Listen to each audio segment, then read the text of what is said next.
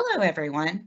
Welcome to What to Expect When Your Employee is Expecting, a webinar for manufacturing and warehousing employers. This webinar is hosted by the U.S. Department of Labor's Wage and Hour Division, the Women's Bureau, and the U.S. Equal Employment Opportunity Commission. My name is Gail Golden, and I'm Senior Advisor for the Women's Bureau at the U.S. Department of Labor. I'll serve as your host for today's event. First, some logistics before we begin. To use real-time captions, select the closed captions or CC icon on the bottom right of your screen. You can toggle the feature on and off. Also, this event is being recorded. All attendees are in listening only mode. This is our disclaimer. Please contact the Wage and Hour Division with any questions. According to the Bureau of Labor Statistics, in 2021, 29% of workers in the manufacturing industry and 35% of workers in warehousing and storage industry were women. We know that recent historic investments in domestic manufacturing and the supply chain will mean increased demand for workers. As employers continue efforts to attract and retain women in these industries, they may have questions about their legal responsibilities when an employee is expecting a child.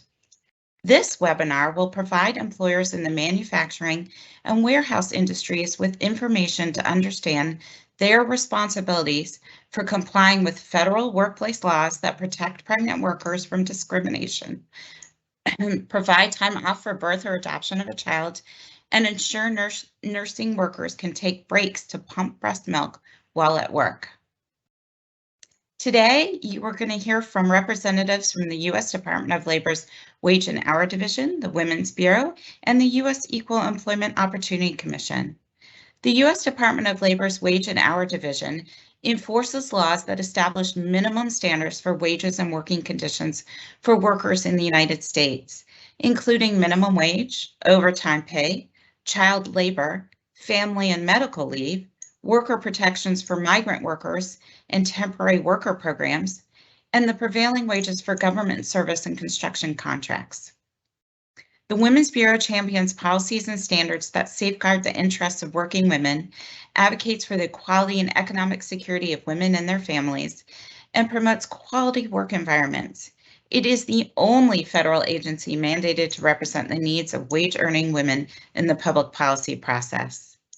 The U.S. Equal Employment Opportunity Commission, or the EEOC, is responsible for enforcing federal laws that make it illegal to discriminate against a job applicant or an employee because of the person's race, color, religion, sex, including pregnancy, gender identity, and sexual orientation, national origin, age as 40 or older, disability, or genetic information. Over the course of this presentation, we'll be focusing on employer responsibilities during an employee's pregnancy, when it's time for an employee to take time off from work for birth, adoption, or foster care placement, and when it's time for an employee to return to work and take breaks to pump breast milk. We will also talk about prohibited retaliation and highlight some compliance assistance resources.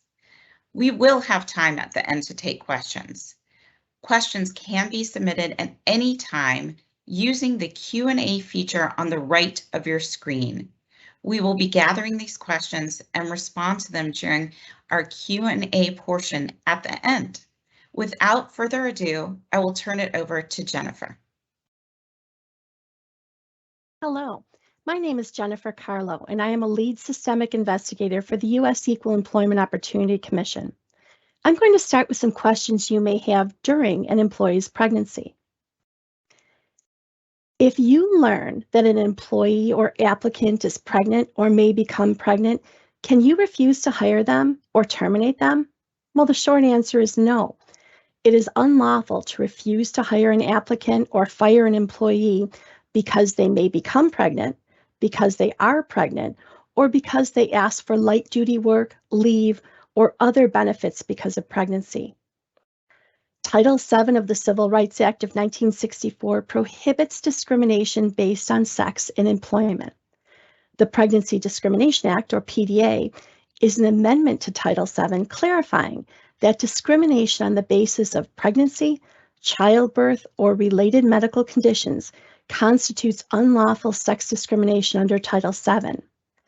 It requires that employers treat pregnant workers the same as non-pregnant applicants or employees who are similar in their ability or inability to work. Title VII and the PDA prohibit discrimination with respect to all aspects of employment, including pay, job assignments, hiring, firing, promotions, training, and fringe benefits, such as leave and health insurance. Please note that while federal law does not explicitly prohibit employers from asking applicants or employees whether they are or intend to become pregnant, because such a question may elicit a possible intent to discriminate based on pregnancy, we recommend employers avoid these types of questions. What is harassment because of pregnancy or a pregnancy-related medical condition? The laws enforced by the EEOC protect employees from being harassed at work because of pregnancy or a pregnancy-related medical condition. Examples of harassment can include unwelcome and offensive jokes or name-calling, ridicule, insults, intimidation, threats, or even physical assaults based on pregnancy or related medical conditions. For example, a pregnant worker in a warehouse may be harassed because she needs to take breaks to go to the bathroom or drink water, and coworkers may think she's not pulling her weight, and they begin to make repeated offensive comments to the effect of, "Oh, not only is she a woman, but now she's pregnant." Another example is a supervisor that constantly tells a pregnant employee, "You should really stop working and take care of yourself and your baby." This type of conduct may constitute unlawful harassment based on pregnancy. What if an employee is having difficulty doing their job because of pregnancy or a medical condition related to pregnancy? Employers must treat workers temporarily unable to perform their jobs due to pregnancy, childbirth, or related medical conditions the same as any other temporarily disabled employees, similar in their ability or inability to work. For example, the employer may have to provide light duty, alternative work assignments, disability leave, or unpaid leave to pregnant employees if it does so for other temporarily disabled employees. So let's say the job occasionally requires lifting up to 50 pounds, and a pregnant worker submits a restriction from their doctor of no lifting over 40 pounds. Other than this once in a while lifting, the employee can do everything else the job requires. If the employer honors similar types of restrictions for non-pregnancy related temporary disabilities, the employer should treat restrictions based on pregnancy in the same manner. Pregnancy is not a disability under the Americans with Disabilities Act, also referred to as the ADA, so employees do not have a right to an accommodation under that law simply because they're pregnant. However, they may have a right to accommodations related to pregnancy under some state or local laws. Some impairments resulting from pregnancy, such as gestational diabetes or preeclampsia, may qualify as disabilities under the ADA. Whether or not such an impairment is covered by the ADA is determined on a case-by-case basis. If it is covered, the employee may have a right to a reasonable accommodation. A reasonable accommodation is a change in the workplace or the way things are customarily done that enables the employee to perform the essential functions of their job absent an undue hardship. An undue hardship is a legal term defined as a significant difficulty or expense to the employer. What if there is no way the pregnant employee can do their regular job even with an accommodation? If the pregnant employee is unable to do their regular job even with an accommodation, the employee may be eligible for light duty, a temporary alternate work assignment, or even leave if necessary. The employer does not have to create a position for the employee, but if it offers light duty, temporary work assignments, or leave to employees for reasons not related to pregnancy, it must treat pregnant employees in the same manner. For example, if an employer reserves light duty for work-related injuries only, that policy could be problematic. Policies that deny light duty based on pregnancy will be assessed in terms of the burdens they place on pregnant workers and the employer's justification for the policy. For example, one way a pregnant employee could demonstrate a significant burden is to show that the employer accommodates a large percentage of non-pregnant employees with limitations due to injuries under its policy, while denying accommodations to a large percentage of pregnant employees. As we discussed in the previous slide, if the employee is unable to do their regular job because of a pregnancy-related disability covered by the Americans with Disabilities Act, the employee has a right to request a reasonable accommodation, such as light duty, temporary assignment, or leave. What if the pregnant employee can't work at all because of their pregnancy or a pregnancy-related condition? As we mentioned before, employers must treat workers temporarily unable to perform their job duties due to pregnancy, childbirth, or a related medical condition the same as any other temporarily disabled employees who are similar in their ability or inability to work. So if the employer grants leave for other temporary impairments not related to pregnancy, like illness or a sprained ankle, it should offer the same to pregnant employees. Pregnant employees may be eligible for federally protected leave under the Family Medical Leave Act. We will go into the protections under this law in a little more detail later on in our presentation.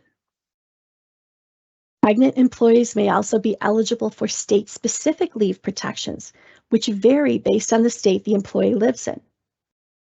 Or if the employee develops a pregnancy-related disability covered under the Americans with Disabilities Act, the employee may be entitled to leave as a reasonable accommodation under the ADA.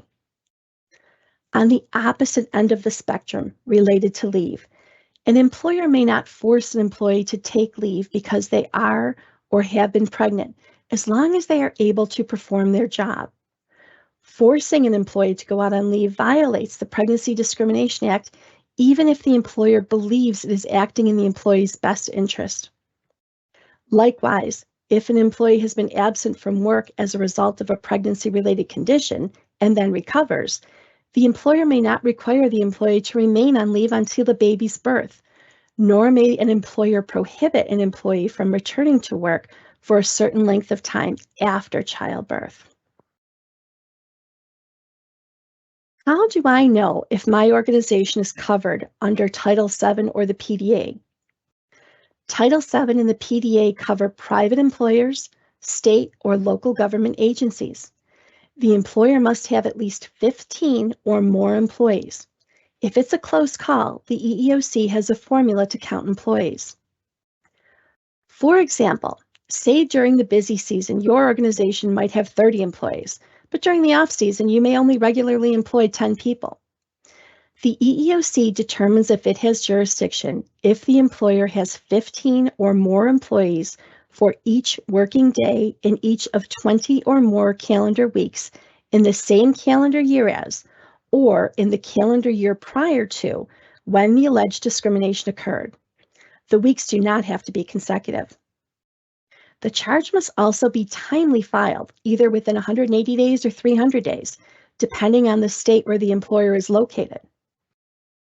In many states, there is a state or local Fair Employment Practice Agency, which we refer to as a FEPA, that enforces similar laws to the EEOC on a state or local level. In states where there is a FEPA, the EEOC often has a work-sharing agreement with the FEPA, which means that the employee picks where they want to file, and they are considered duly filed with both agencies. It also extends the deadline to file a charge from 180 days to 300 days. FEPAs may have different jurisdictional requirements. You need to check with the FEPA in your area for that information. Federal employees are also protected under Title VII, but the process for filing a complaint is different. Please see www.eeoc.gov for details. Our website, www.eeoc.gov, is a valuable resource for employers for all kinds of EEOC questions. It is user-friendly, regularly updated, and easily searchable. We recently refreshed our webpage that covers pregnancy discrimination. Now there is a centralized location that has information about pregnancy discrimination and links to helpful documents. Now we are going to hear from Amy about a pregnant employee's rights to take leave from work. Hi, I'm Amy Kim, Community Outreach and Resource Planning Specialist for the Wage and Hour Division at the U.S. Department of Labor. So your employee is pregnant. What rights do they have to take leave from work? The Family and Medical Leave Act, or the FMLA, allows eligible employees to take unpaid, job-protected leave for certain qualifying reasons. Among other qualifying reasons for leave, eligible employees may take up to 12 work weeks of FMLA leave in a 12-month period to care for a spouse, parent, or child with a serious health condition or for their own serious health condition. A serious health condition includes any period of incapacity due to a pregnancy. For example, severe morning sickness or for parental care. It does not require a doctor's visit for each absence. We will also go over what workers are eligible for FMLA leave later. Can an employee take leave for their same-sex spouse's pregnancy? Under the FMLA, the definition of spouse is a husband or wife as defined or recognized in the state where the employee was married and includes individuals in same-sex marriage or common law marriage. Spouse also includes a husband or wife in a marriage that was validly entered into outside of the United States if the marriage could have been entered into in at least one state. An eligible employee may use FMLA leave for the care of a spouse that is unable to work, but can school or perform other regular daily activities because of pregnancy or for parental care. An eligible employee may also take FMLA leave to care for their spouse who is recovering from childbirth. The FMLA does not, however, cover leave for the care of a partner who is an employee's registered domestic partner or civil union partner if you are not legally married or common law married. Next, we'll talk about questions you may have when it's time for employees to take time off for the birth or placement of their child. An employee has a new child. What rights do they have to take leave from work? Parents are entitled to FMLA leave for the birth or placement of child and or to be with the child after birth or placement, which is referred to as bonding time. Leave must be completed by the end of 12-month period beginning on the date of the birth or placement. The employee may take FMLA leave before the birth, placement for foster care or adoption, for example, to attend counseling session, appear in court, consult with attorney or doctors representing the birth parent, submit to a physical examination, or travel to another country to complete an adoption. May an employee take FMLA leave for the birth of their partner's new child? Anyone who is a parent to a child can take FMLA leave for a child's birth, placement, or care.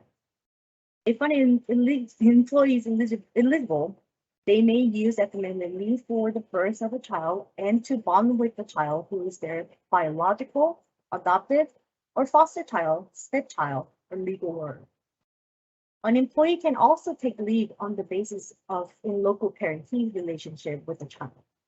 This means the employee is helping to raise and support a child, even if they do not have a biological or legal relationship to the child. Although no legal or biological relationship is necessary, grandparents or other relatives, such as siblings, may stand in local parenting to a child under the FMLA as long as the relative satisfies the in-local parenting requirements. Men and women have equal rights to FMLA leave for the birth, placement, or care of a child.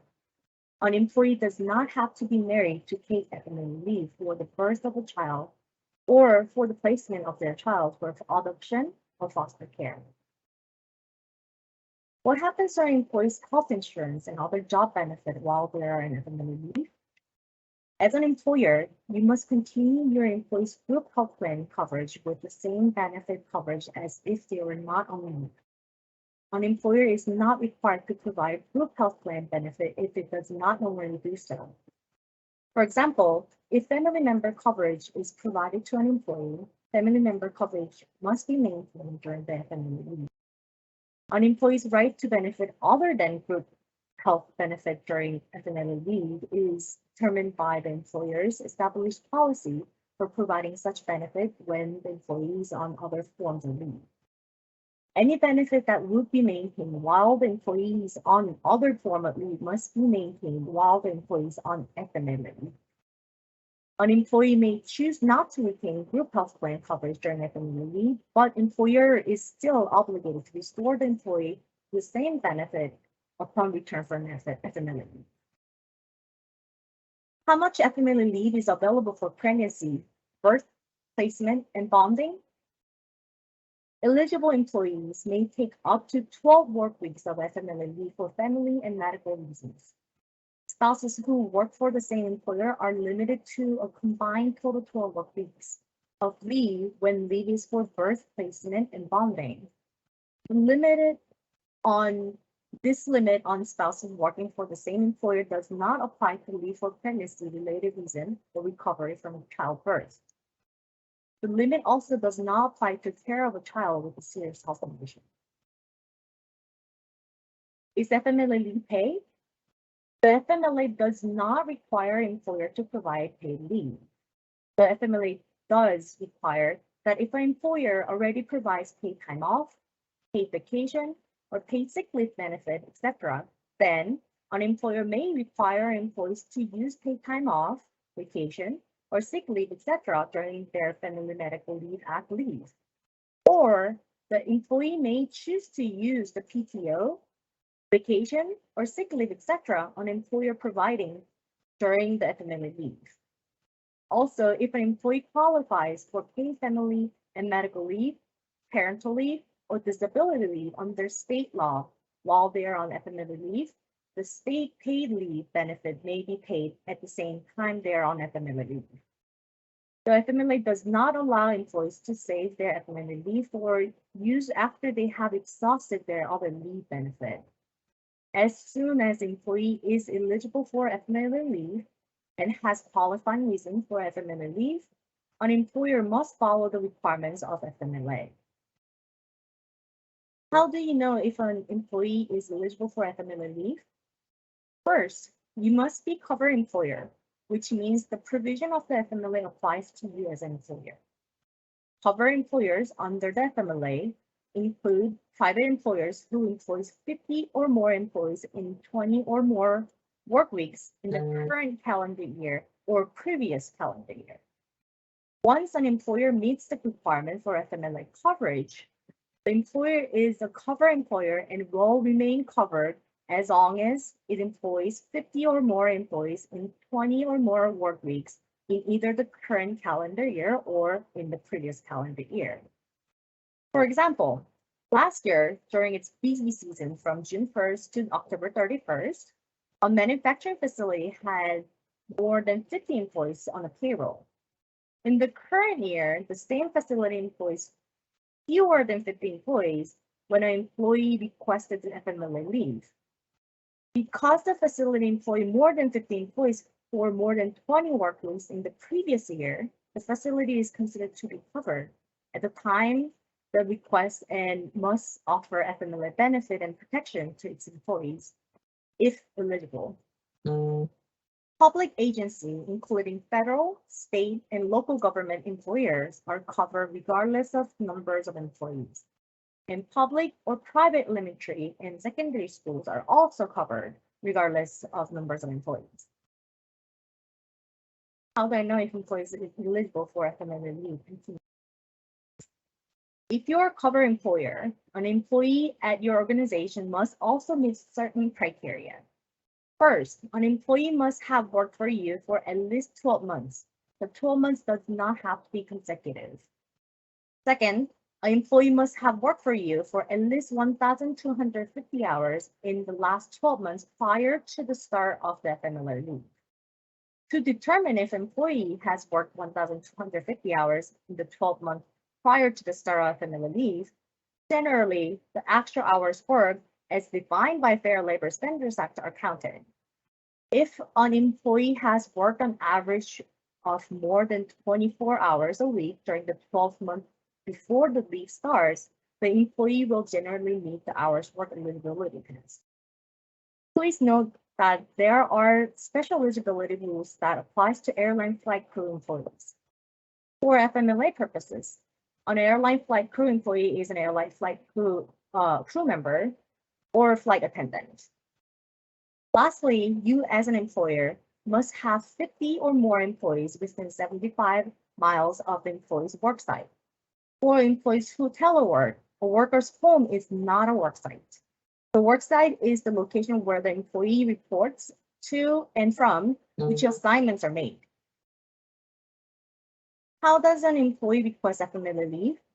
Both you and the employee have responsibilities for notifying the other when FMLA leave is being used. An employee must provide you with appropriate notice of your need for leave. As an employer, you must notify an employee if they are eligible for FMLA leave within 5 business days of the first leave request. Give the employee a notice in writing of their rights and responsibilities under FMLA, and let the employee know in writing if their leave is designated as FMLA qualifying. What does an employee have to do to request FMLA leave? An employee must follow your leave request policy. You may require employees to comply with your usual and customary notice and procedural requirements for requesting leave, absent unusual circumstances. The employee must provide you with at least 30-day notice for leave that is foreseeable. When leave is foreseeable but 30-day notice is not possible, notice must be given as soon as possible and practical. Generally, notice should be given either the same day or the next business day. Notice for unforeseeable leave should be provided as soon as possible and practical under the fact and circumstances of the particular cases. An employee must provide at least verbal notice sufficient to make the employer aware that the employee needs leave for an FMLA qualifying reason and the anticipated timing and duration of the leave. What you must do as an employer when an employee requests FMLA leave or you become aware that the leave may be for FMLA qualifying reason, you must notify the employee of their eligibility status within 5 business days, absence extenuating circumstances. As an employer, you are also required to inform an employee of your rights and responsibilities regarding the use of FMLA leave. All covered employers are required to post a notice about the FMLA where it can be readily be seen by employee. Each time an employer is required to provide eligibility notice, the employer must also provide notice of the employee's specific rights and responsibilities. When you have sufficient information to determine that the leave is for an FMLA qualifying reason, you must notify employee whether the leave will be designated and counted as FMLA within 5 business days, absent extenuating circumstances. Does an employee have to give a medical information to take FMLA leave? An employer may require that leave due to an employee's own serious health condition or to care for the employee's covered family member with the serious health conditions be supported by a certification from a healthcare provider. It is employee's responsibility to find healthcare provider who will provide a complete certification. Healthcare provider generally includes doctors of medicine or osteopathy, clinical psychiatrist, dietitian, dentist, optometrist, chiropractor with specific limitations, nurse practitioner, physician assistants, and any healthcare provider accepted by the employer or group health plans to substantiate claim for benefit. The employee must provide the certification within 15 calendar days after the employer's request unless it is not possible and practical to do so despite employee's diligent good faith effort. The employee must pay for the cost of the medical certification if required by the employer. An employer may not request a medical certification for FMLA leave for employee to bond with a healthy newborn child or a healthy child placed for adoption or foster care. However, employers may require employees to provide reasonable documentation of a family relationship. To satisfy this requirement, an employee may provide their employer with a simple written statement or provide their employer with a copy of an official document such as child's birth certificate or court document for review and return to the employee. Next, we'll talk about questions you may have when it's time for employees to return to work and take pump breaks at work.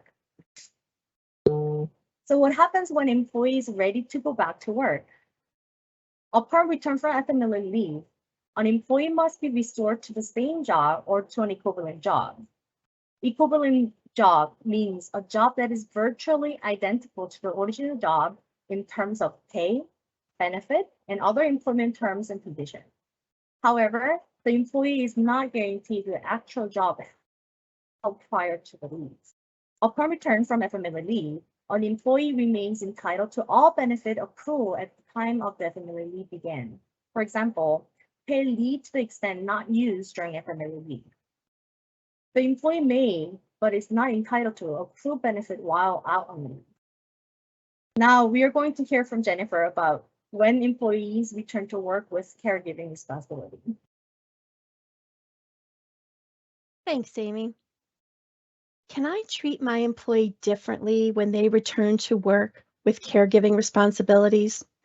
It is unlawful for employers to base employment decisions on gender stereotypes, even if those decisions are well-intentioned.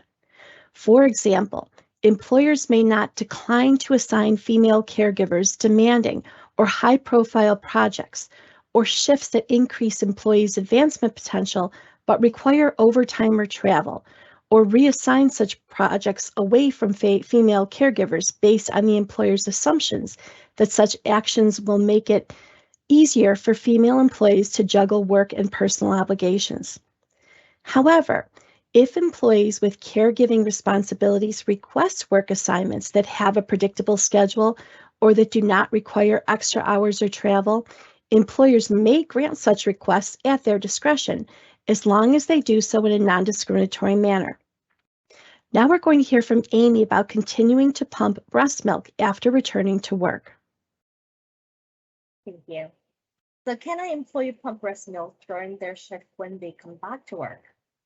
Under Fair Labor Standards Act, or the FLSA, eligible nursing employees have the right to reasonable break time to express breast milk in a place other than a bathroom that may be used to express milk. This right is available for up to 1 year after the child's birth. Workers who telework are eligible to take pump breaks under the FLSA on the same basis as other workers. How often may an employee take breaks to pump?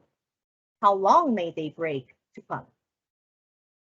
Employers are required to provide a reasonable break time each time the employee has a need to express milk.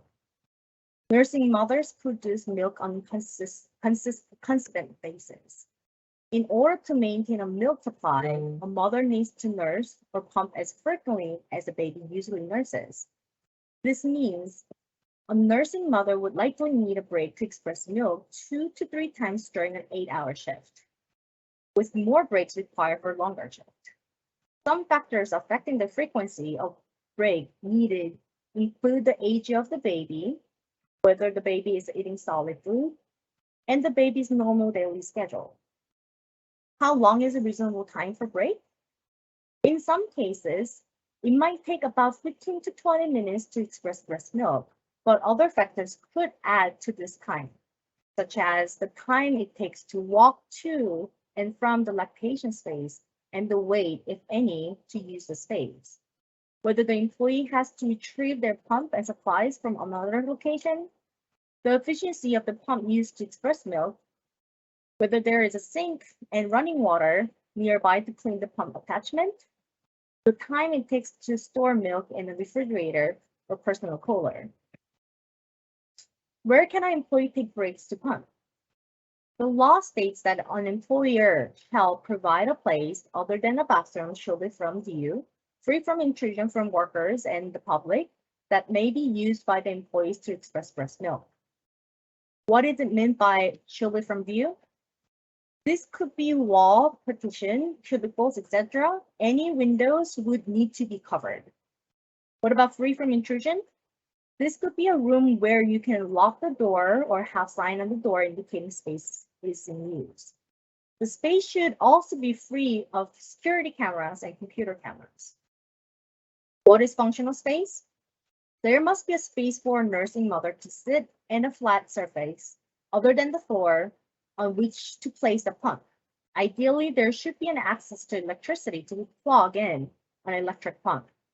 While employers are not required to provide refrigeration, employers also allow nursing employees to bring pump and an insulated food container for storing express milk at work and must provide a place where these items can be stored. The law says specifically that bathrooms are not permissible. Do I have to create a permanent space for my employee to pump breast milk at work? Where room is not available, space may be temporarily made available or converted into space for expressing milk. An employer does not have the responsibility to maintain a permanent dedicated space for nursing employees to take break if there are no employee who needs one.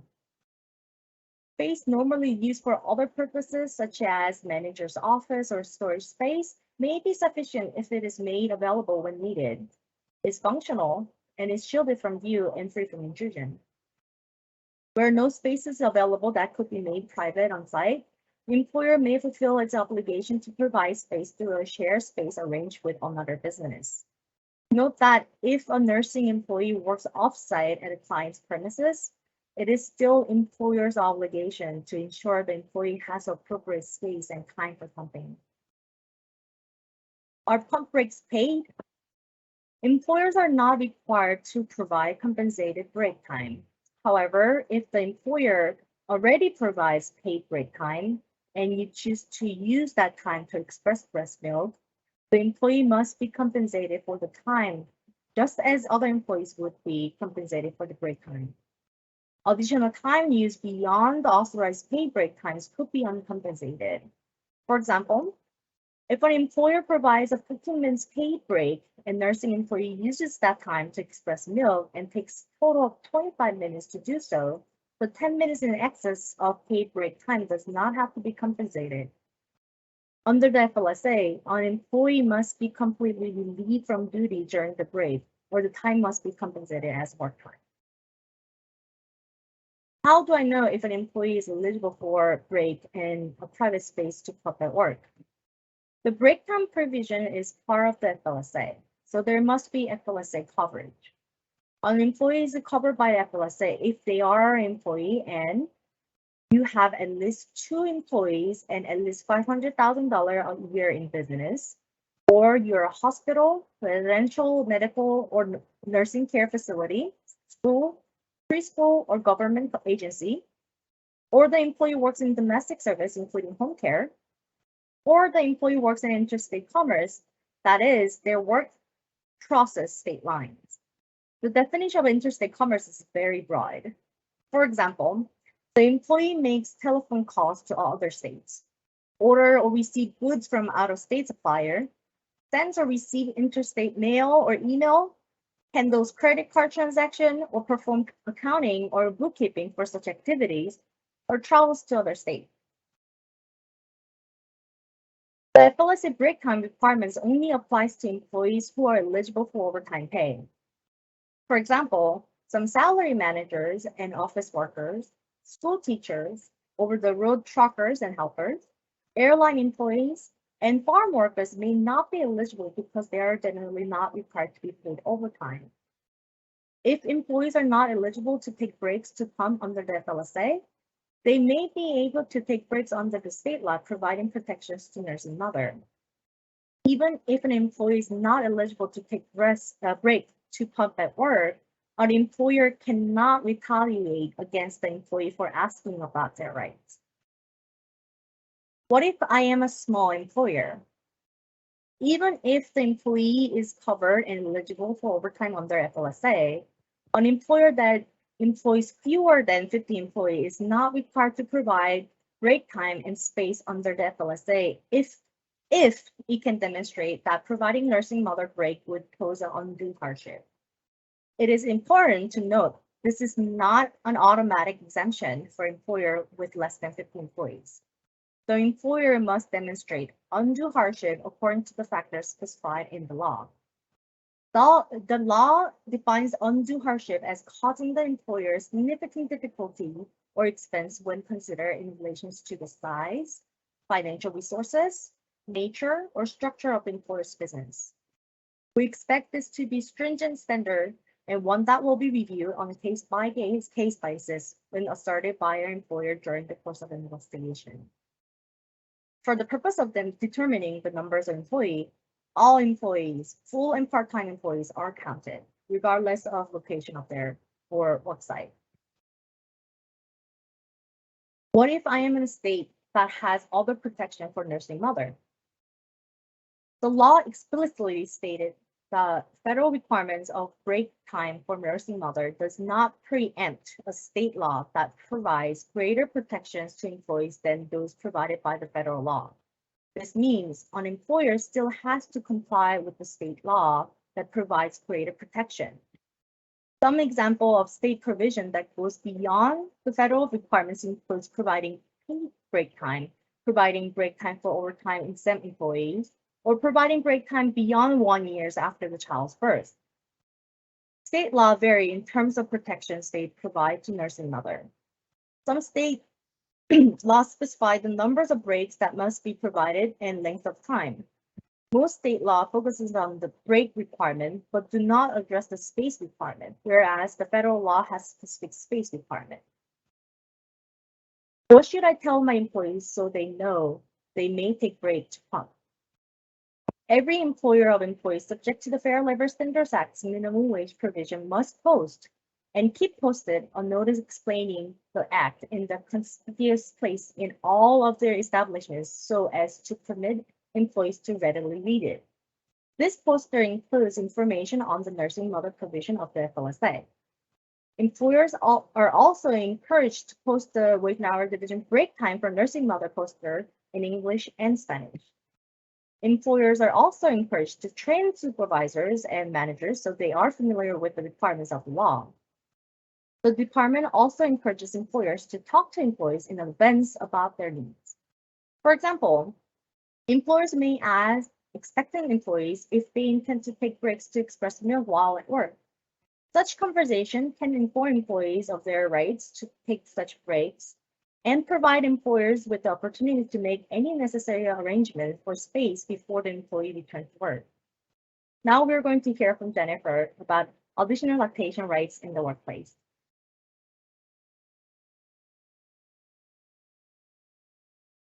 Thanks, Amy. In addition to the right to reasonable break time to express milk under the FLSA, an employee is protected from discrimination based on lactation under the Pregnancy Discrimination Act. Under the Pregnancy Discrimination Act, an employee must have the same freedom to address lactation-related needs that they would have to address other similarly limiting medical conditions. For example, if an employer allows employees to change their schedules or use sick leave for routine doctor appointments and to address non-incapacitating medical conditions, then it must allow lactating employees to change their schedules or use sick leave for lactation-related needs under similar circumstances. Now we will talk a little bit about retaliation. What is unlawful retaliation under the laws enforced by the EEOC? The EEOC takes retaliation very seriously, and our laws offer broad protection against retaliation. The laws enforced by the EEOC protect employees from being punished, treated differently, harassed, or fired because they, or a friend, family member, or someone else closely associated with them files a job discrimination complaint with the EEOC or reports discrimination to others. These laws protect employees whether they are complaining about discrimination directed at them or discrimination directed at others. These laws also protect employees from being punished, treated differently, or harassed at work because they help someone else report job discrimination. We call this the right to be protected from retaliation. When an employee files a job discrimination complaint with the EEOC or otherwise participates in an EEOC investigation or lawsuit, the employee is protected against retaliation, regardless of the validity or reasonableness of the original allegation of discrimination. This means that it is illegal for the employer to punish the employee for filing a job discrimination complaint or participating in an EEOC investigation or lawsuit, even if the employer, the EEOC, or the court determines that discrimination did not occur. This protection applies to anyone who participates in job discrimination proceedings, including anyone who files an EEOC complaint or lawsuit, talks to the EEOC, or serves as a witness. Although employees are protected from retaliation, they are not excused from continuing to perform their job or follow your company's legitimate workplace rules just because they filed a complaint with the EEOC or reported discrimination to others. The employer has a right to expect the employee to continue to fulfill their job responsibilities. Now we are going to hear from Amy about unlawful retaliation under the FMLA. Thank you. So what is unlawful retaliation under FMLA? An employer cannot use taking of FMLA leave as a negative factor in employment action, such as hiring, promotion, or disciplinary action, nor can FMLA leave be counted under no-fault attendance policy. Employers cannot interfere with, restrain, or deny employees' FMLA rights, discriminate or retaliate against an employee for having exercised FMLA rights, discharge, or in any other way discriminate against an employee because of involvement in any proceeding related to FMLA. Use the taking of FMLA leave as a negative factor in employment action. What is unlawful retaliation under the FLSA break time requirements? The FLSA prohibits employer from retaliating against worker for exercising their rights, including taking or requesting break time to prompt or filing a complaint that an employer is not providing reasonable break time and a private place to come. For example, Alicia is a new mother who works at a warehouse. She uses her lunch break to express breast milk and needs additional time to finish pumping before she is able to return to her workstation. When she's late returning from lunch, her boss tells her that she cannot use any more time for personal stuff. When Alicia asks for another break for pumping later that day, her boss sends her home for the rest of her day and her shift without pay. Alicia was sent home for attempting to exercise her FLSA rights, which is retaliation by her employer and an FLSA violation. Now I will turn back to Jennifer to talk about compliance assistance.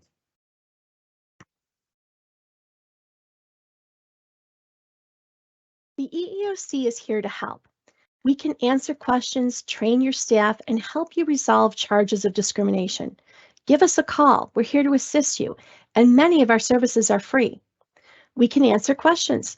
EEO staff are available to answer questions about the laws enforced by the EEOC, explain the EEOC charge process, and provide information about employment discrimination. For example, we can answer, do the laws you enforce apply to my business? How can I prevent harassment? I just received a charge of discrimination. What should I do?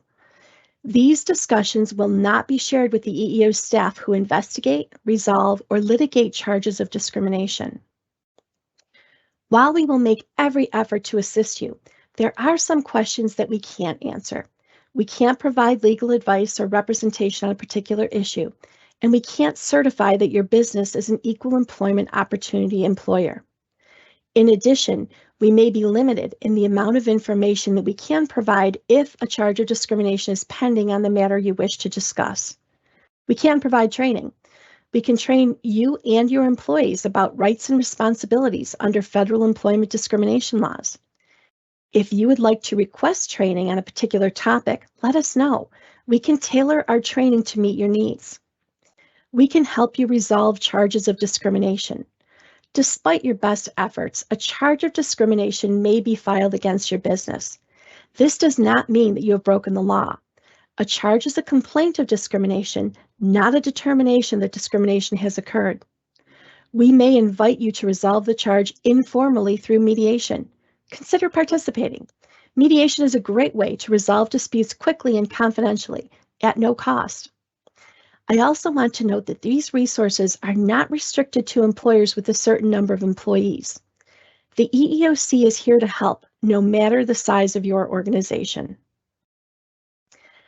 The EEOC also has a Small Business Resource Center on our website. We know you've got a lot on your plate.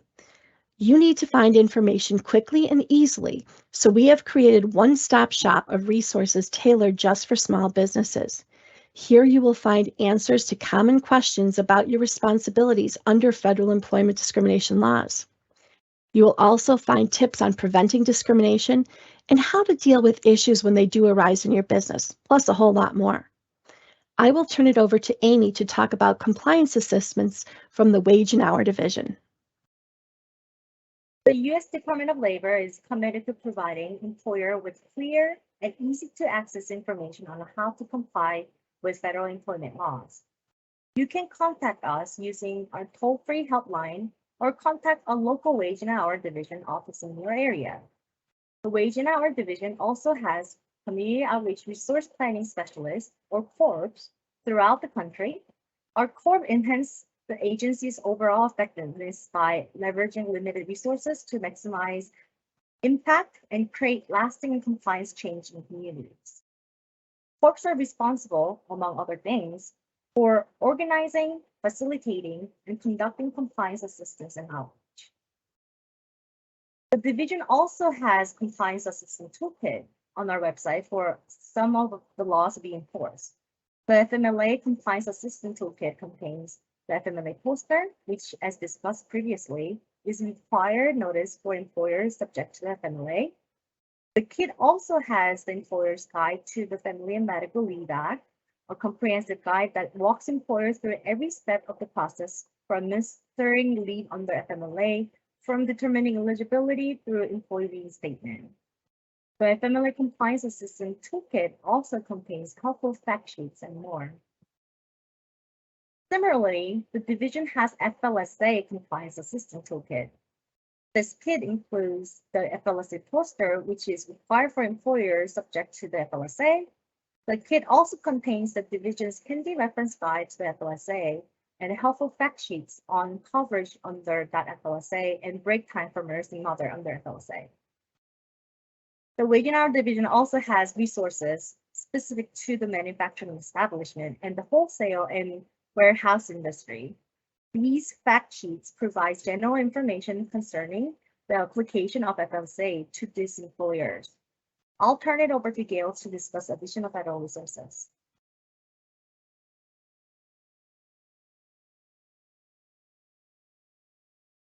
Thank you, Amy. The Women's Bureau also has resources available on our website that can provide further details about state laws. And the Office of Women's Health in the U.S. Department of Health and Human Services has helpful resources on lactation break time and space in factories and in warehouses. Before we take questions, I want to note that if you registered for this event, we will be sending out additional resources, so please look out for that. We are also sharing in the Q&A box a link to our webpage on our Working Mothers event series. On this page, you can find information about upcoming events and links to helpful resources.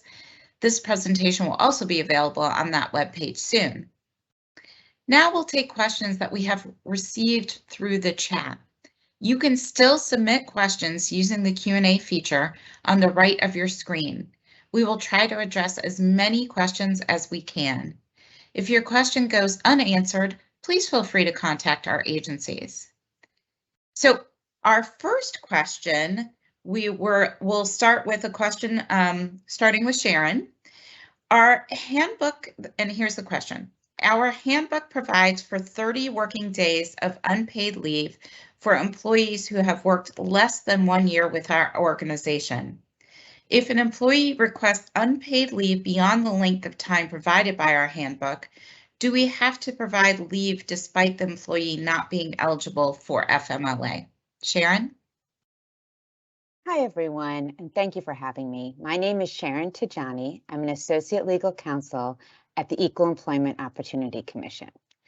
So to answer this question, additional leave may be required under Title VII if, for example, an employer provides this type of leave to other employees similar in their ability or inability to work.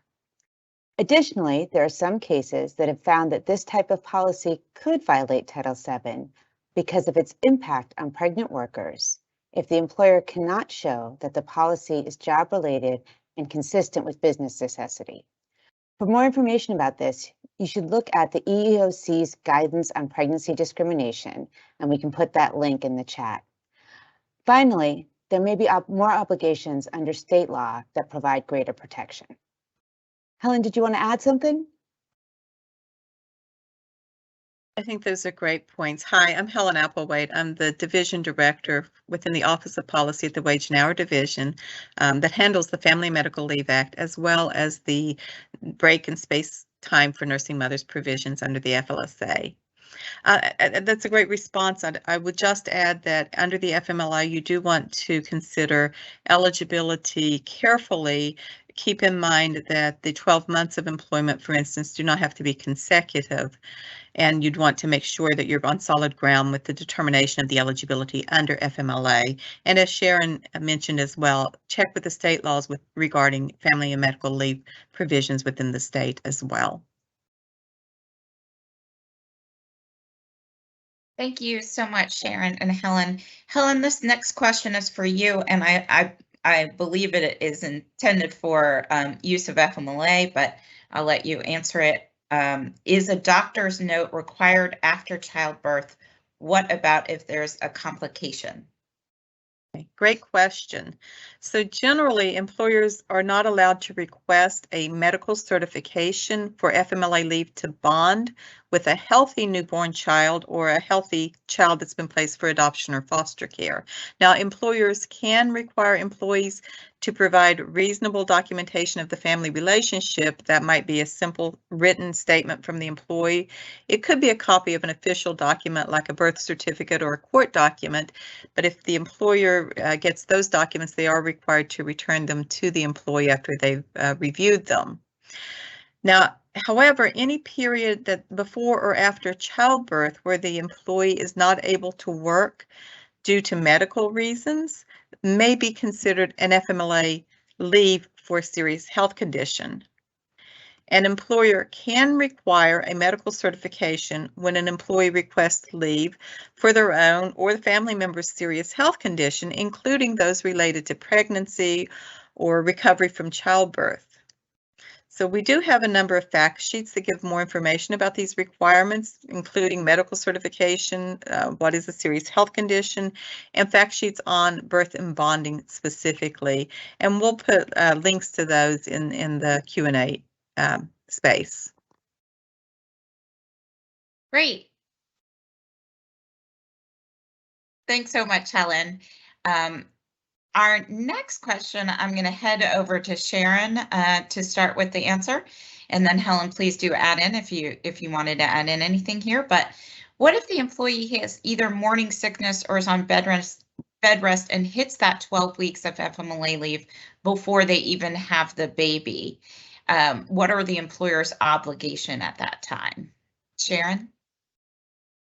So again, the employer should look to how it treats other workers similar in their ability or inability to work, and that's how they would want to treat this worker. Additionally, given the question, an employee who's on bed rest may have an impairment that qualifies as a disability under the Americans with Disabilities Act, which may mean that the worker is entitled to request and receive a reasonable accommodation. Finally, once again, please remember there may be state laws that give greater protection than what we're discussing here. Helen, do you have more to add? So once the employee reaches their 12 weeks of FMLA leave in a 12-month leave period, then no additional protections would apply under the FMLA. As Sharon mentioned again, state laws can provide greater protections, and I think the other thing to be aware of is how those FMLA leave periods run. And one other thought about it as well, remember that both the mother and the father have protections under FMLA for leave for bonding. So you want to keep that part in mind as well, that the employee may, if the employee has given birth, has used up to 12 weeks of leave for morning sickness, bed rest, or other reasons, they may not have available 12 weeks. The father may have available leave as well, either for that employer or a different employer.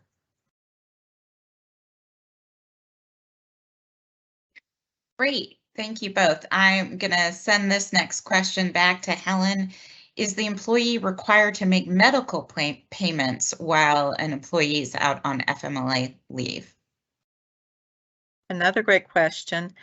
And I assume that by medical payments, what we're talking about here is the FMLA's requirement that the employee be allowed to maintain group health insurance group health insurance during a period of FMLA leave on the same terms as prior to taking leave. So one of the two main benefits of FMLA are the right to be restored to the same position at the end of a period of leave and the right to have your health insurance continue during that period of leave, including unpaid leave.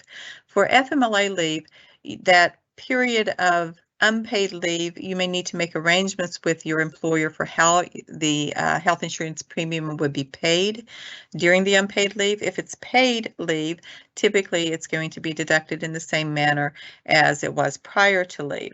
But a really important point on these protections is that the employee has to be restored to the same level of benefits that they had prior to going on leave. So even if the employee is unable to pay their health insurance premiums during a period of unpaid leave, the employer would still be required to restore them to that same level of benefits when they return, including no qualifying period, including the same type of coverage that they had prior to going on leave. So making arrangements with how that health insurance premium is going to be handled during a period of unpaid leave is especially important.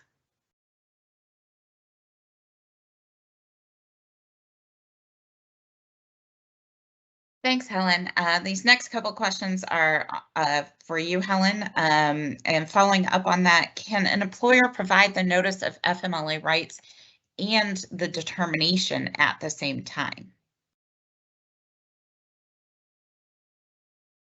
Sorry, I think I clicked my mute button too soon.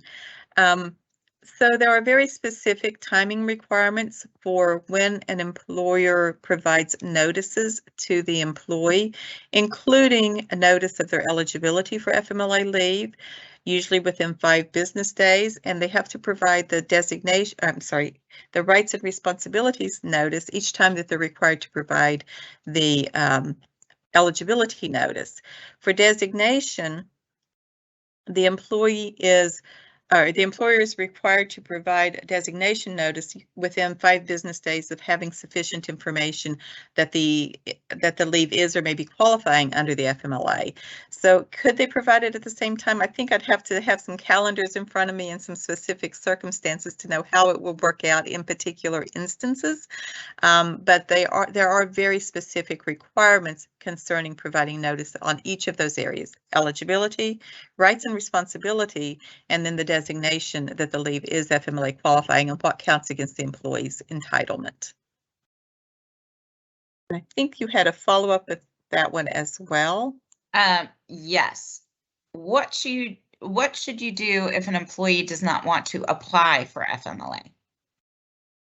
So it's the employer's responsibility in all circumstances to designate the leave as FMLA qualifying, provide the notices and the protections to the employee.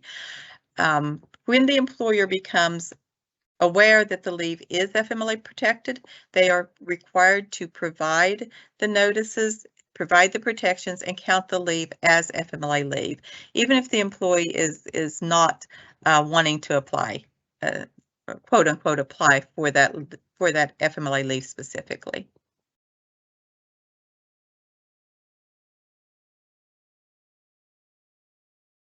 And this question also for you, Helen.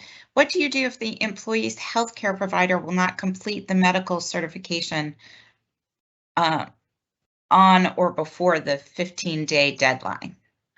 That's right. The FMLA allows the employer to require medical certification, and if the employer requires medical certification, they are required to provide at least 15 days for the employee to return that medical certification.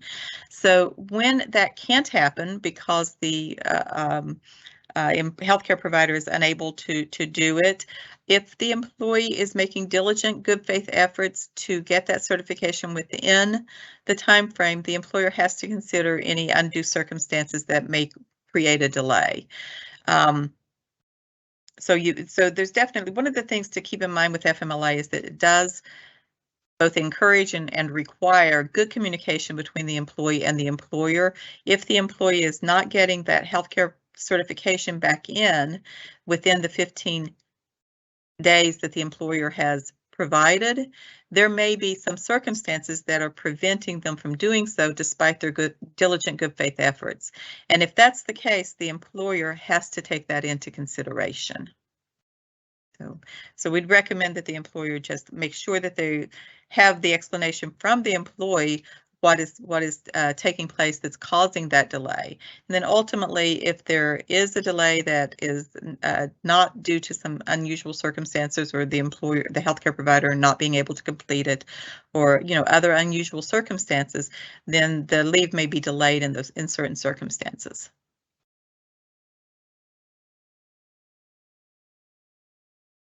Great. Thank you so much, Helen. We'll give you a second to catch your breath. Remind everybody that they can use the Q&A feature if they have any additional questions that they would like to put in. And I'm going to pause a moment so that give everybody an opportunity in case they want to be able to put another question in the Q&A feature.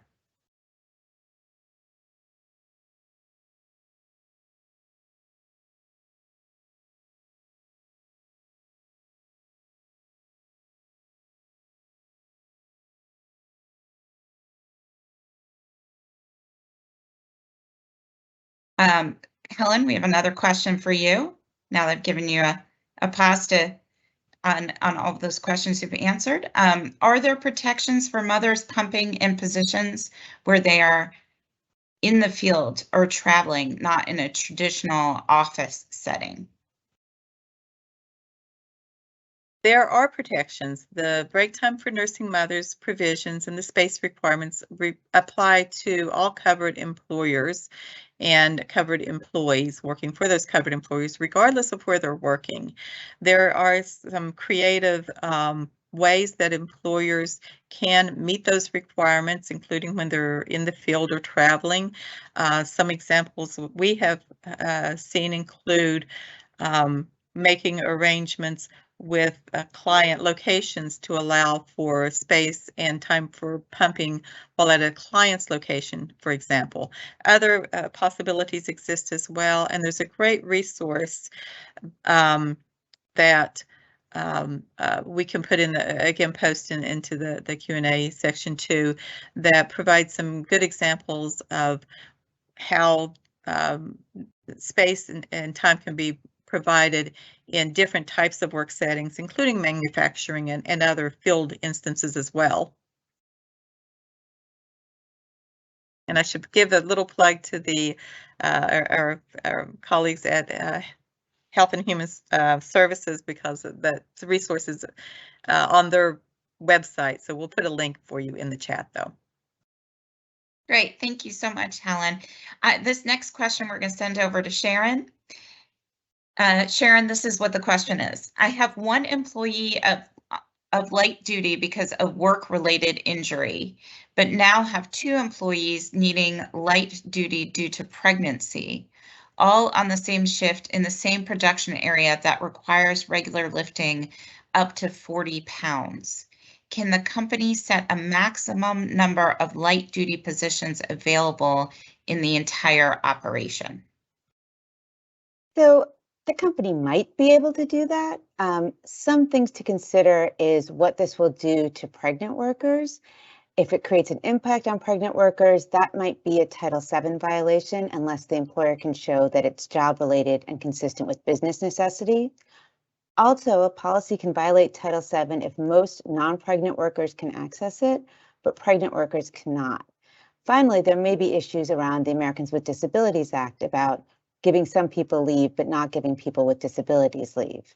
So it's important to look at the effect of the policy on all these different populations before you make that decision.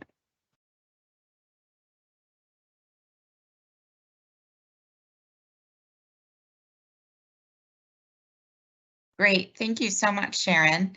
Helen,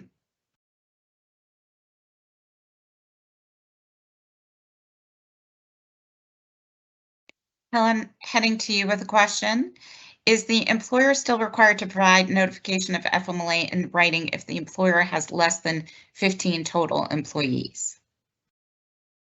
The employer is only required to provide information, notices, and information about the FMLA if they are a covered employer. And for private companies, that would be covered employers are those that have 50 or more employees in 20 or more work weeks in the current or preceding calendar year. So if they have fewer than 15 employees, they're not going to hit that mark. I think there's another question. I was reading ahead, Gail, but I think there's a question about public agencies and state agencies as well. That's a little bit different, but with regard to private employers, if they're fewer than 15 total employees, they would not be required to provide notifications.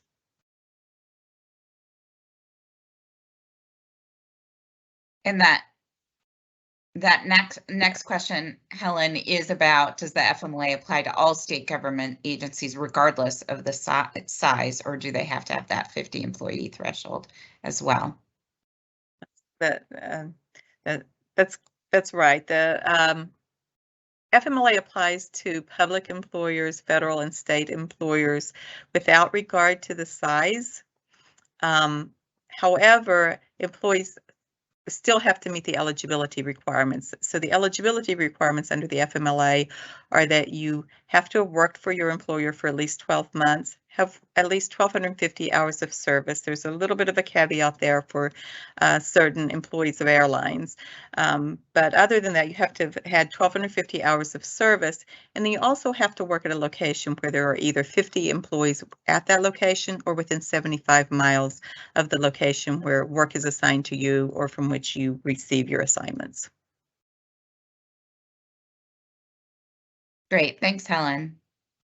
We have another question for you, Helen, about pumping breaks. Do the pumping breaks apply to workforce programs that are only 16 weeks in length? And should we set a standard time of pumping between 15 to 20 minutes or work with each participant on a case-by-case basis?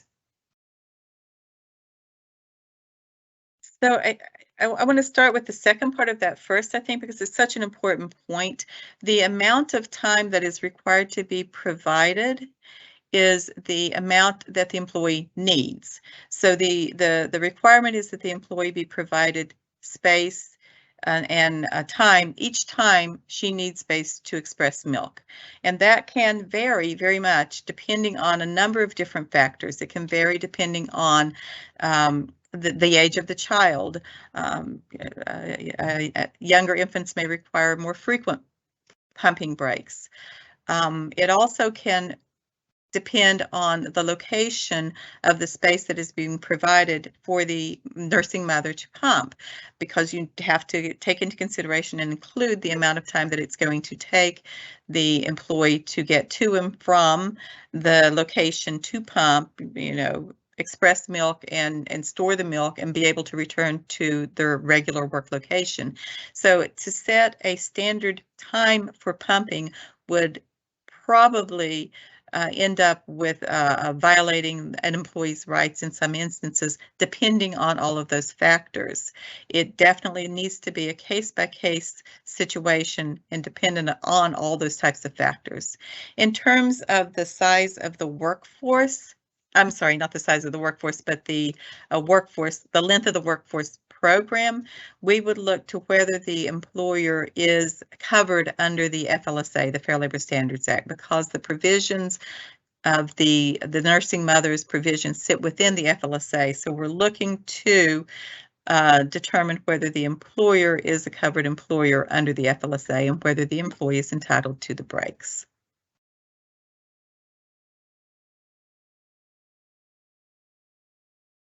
Thanks so much, Helen. I'm going to give everybody a moment more to make sure you use the Q&A feature if you have any more questions that you would like to make sure we address in this chat. Give you a second to put those in. Yeah, I just wanted to add, so for Title VII, for pumping breaks, the thing to think about is how you're treating, again, how you're treating other employees. And so if you're giving employees breaks to do personal things, then that's the kind of rule that you should be using when you're using pumping breaks.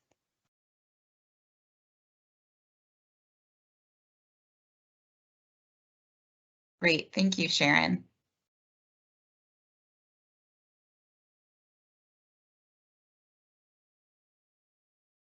And just one more moment in case there are any other questions to pop in today's webinar.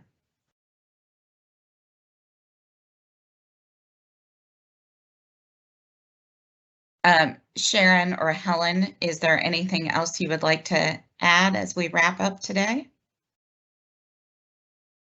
Oh, I see we have one more question for Sharon.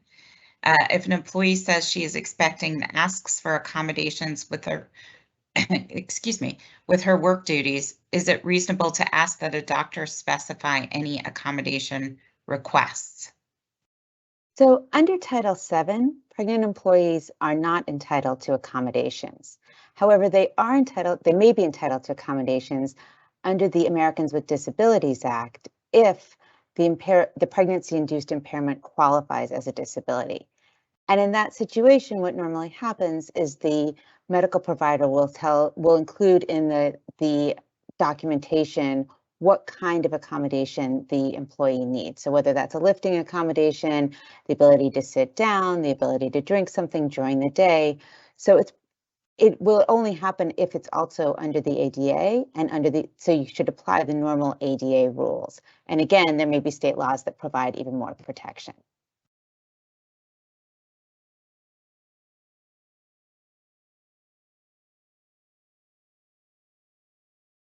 Great, thank you so much. I'm going to see if we have any more coming in. Sharon, nope, I think this question maybe is for Helen. Yeah, okay, it's a question about FMLA for Helen. What if an employee is not eligible for FMLA, not employed 1 year? The question, I'm going to guess that maybe it's about being able to take leave. I'll let you interpret that, Helen. I think I would interpret it in the same way. If the FMLA provides the protections, but only for those employees who are eligible and meet those criteria. So if the employee is not employed for 1 year or hasn't met the 1,250 hours of service criteria prior to taking the leave, then they would not be FMLA protected for the leave for childbirth, for bonding, or for these purposes. Again, I think it's really important, though, to make sure how you're counting that eligibility. The employee's year of service does not have to be a consecutive 12 months. It can include previous times of employment if it's seasonal type work and they've been on and off, or if perhaps they've come to you from a temp agency and then become permanent. Those are things to take into consideration as well. It's also important to think about, what happens during that period of leave. If you're providing an employer leave, for example, the employee may reach that 1 year mark during the period that they're on some other type of leave as well. So I think you want to just look at that very carefully. But ultimately, if the employee's not worked there for 1 year, there may not be protections under the FMLA specifically. Again, check state laws, look at your obligations under EEOC. Shara may want to weigh in as well, but there could be some other protections that would apply though. Exactly. You'd want to think about how you're treating other employees and make that determination when you're thinking about the pregnant employee as well. Great, thank you. Sharon, this next question will start with you. What can an employer do if an expecting employee does not qualify for FMLA, and despite employer's accommodation, the employee keeps missing days of work due to sickness affecting production? So under Title VII, what you want to think about again is how you're treating other employees who are similar in their ability or inability to work, and treat this employee the same way. Additionally, you should think about whether the employee may have coverage under the Americans with Disabilities Act, which would entitle the employee to a reasonable accommodation, which may allow them some additional leave. But even if those things don't apply, then Title VII and the ADA don't protect this person. And it is okay, of course, to discipline them or treat them the way you would treat any other employee. Again, your mileage may differ because of state law. Great, thank you, Sharon. Our next question for Helen. What if an employee's child is over 1 year of age? How does the employer gauge pumping times? So with regard to the break time for nursing mothers requirements, those are limited to 1 year from the birth of the child. So we would not have a requirement under the FLSA requirements for continued provision of time for expressing milk for a child that is older than 1 year. There, again, could be other laws that would apply here, but under the federal requirements under the FLSA, they would not be required to provide the break time at that point.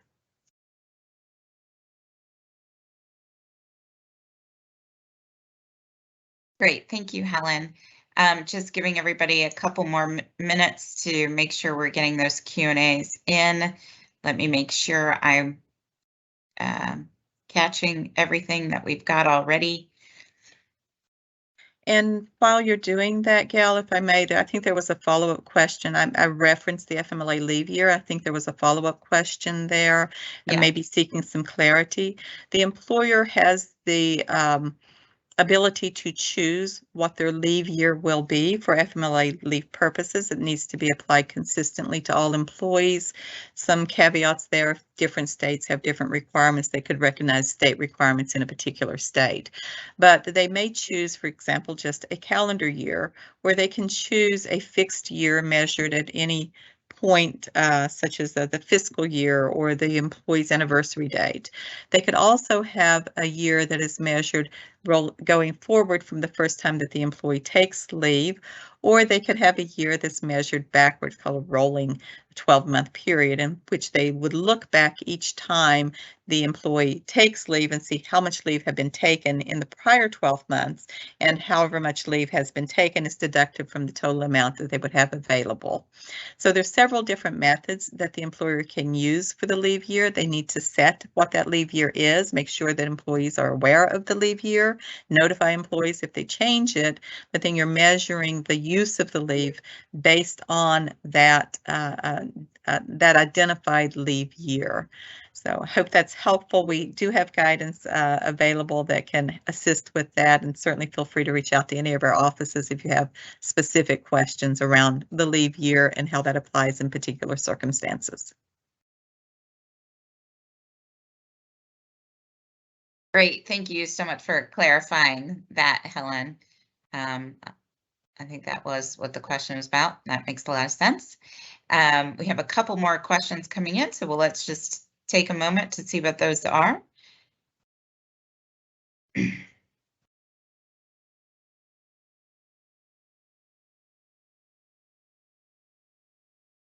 So Helen, does the employee have to meet both hours worked and length of time to qualify for FMLA, or can it be one or the other? Right, those eligibility requirements are actually three-pronged. It is you have to work for your employer for at least 12 months. Again, those do not have to be consecutive 12 months. So it is the length of time employed, but it's also the hours of service. Generally, that's the hours worked. And that is looked at in the prior 12 months from the time that you're taking the leave. So it's 1,250 hours of service prior to when you take the leave. And that can obviously be changeable, but that's definitely inclusive of part-time workers as well, as long as you meet that 1,250 hours requirement. But one other aspect to it is working at a location where there are at least 50 employees at that location. So for private employers, they have to have 50 employees total. They can be located anywhere within the U.S. But for the employee seeking leave, you have to also work at a location or be assigned work from a location where there's at least 50 employees there at that location or within 75 miles. So it's a three-pronged eligibility test, and I think we can look and see if there's some guidance that we can link to and put in the Q&A for folks to look at. Great, appreciate that. Thanks, Helen. So we have time for one more question, and that is going to go to Sharon. Sharon, if they run out of FMLA leave, would providing leave as an accommodation be a good practice? And if so, how long would you be required to provide them leave under the ADA? So yes, if someone runs out of leave under the FMLA, it certainly would be a promising practice or a best practice to provide additional leave. This question asks, how long would you be required to provide leave under the ADA? And I just want to be clear, you would not be required to provide leave under the ADA unless the person has a disability. And as Jennifer explained, pregnancy itself is not a disability, but an impairment related to pregnancy can be a disability if it meets the definition. And so if that person did have a disability under the ADA, you would look at how much leave they needed, and the employer should provide that unless the provision of leave is an undue burden on the employer, and then it does not have to provide that additional leave.